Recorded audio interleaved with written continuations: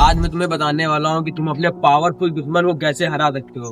अगर वो तुमसे पावरफुल भी है, तुमसे शक्तिशाली भी है, तब भी तुम उसे हरा सकते हो। तो मैं बात कर रहा हूँ द 48 लॉस ऑफ पावर के रूल नंबर 40 के बारे में। दुनिया में तुम्हारा सबसे खतरनाक दुश्मन कौन है?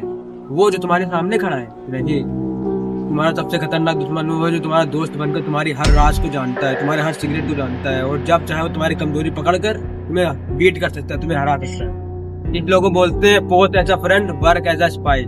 मतलब दिखो दोस्त की तरह लेकिन काम जासूस की तरह करो। अगर तुम्हारा कोई दुश्मन है, तुम्हें उसे बीट करना है, हराना है, तो उससे दोस्ती का हाथ बढ़ाओ, उसकी तरह उससे दोस्ती करो। तो बाद में धीरे धीरे उससे बातें करो, धीरे धीरे बातें करो, और कम बोलना उसके सामने, ताकि वो अपनी सीक्रेट तुम्हारे सामने रिवील कर दे। क्योंकि हर इंसान अपने बारे में सुनना पसंद करता है। तुम उसकी तारीफें करो, उससे बोलो, लेकिन बोल कर चुप हो जाओ। तू अपने सीक्रेट खुद ही बताने लगेगा, धीरे धीरे अपने वीकनेस पॉइंट खुद ही रिवील करने लगेगा। तुमने स्कूल या कॉलेज में भी ये चीज देखी होगी कि एक बंदा ऐसा जरूर होगा जो सबका दोस्त होगा, उस पर सब भरोसा करते होंगे, लोग उससे बात करते होंगे हर व्यक्ति से। इससे उसके पास हर व्यक्ति की इंफॉर्मेशन आ जाती है, और जब कोई कंपटीशन खेला जाएगा स्कूल या कॉलेज में, तो कौन फर्स्ट आएगा? अब कॉस्टली वो बंदा है जो सबकी बातें सुनता है, क्योंकि उसको सबके बारे में पता है, सबकी स्ट्रेंथ पता है, सबकी पावर पता है, सबकी कमजोरियां पता है, और वो अपने बारे में कुछ नहीं बताता। इससे कौन जीतेगा? वही जीतेगा, क्योंकि वो सबके बारे में अच्छी तरीके से जान चुका है, किसका क्या वीक पॉइंट है, किसका क्या स्ट्रॉन्ग पॉइंट है।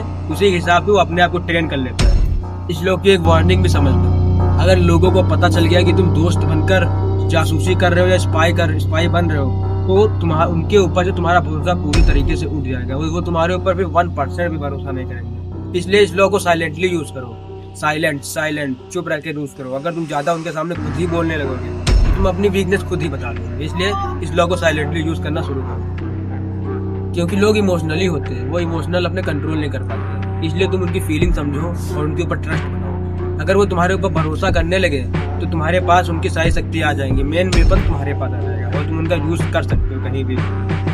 जो इंसान गुस्सा करता है, हर बात पे चिढ़ जाता है, उसको कंट्रोल करना बहुत आसान है। लेकिन जो इंसान गुस्से में भी शांत रहता है, चुप रहता है, उसको कंट्रोल करना मुश्किल है। इसलिए चुप रहना शुरू करो, लोगों से बात करो लेकिन खुद चुप रहो, उनकी बातें ऑब्जर्व करो। तुम्हें बोलना कम है, ऑब्जर्व ज्यादा करना है, तभी तुम इस लॉ को समझ पाओगे और फॉलो कर पाओगे। तो आज से लड़ना बंद करो और ऑब्जर्व करना शुरू करो।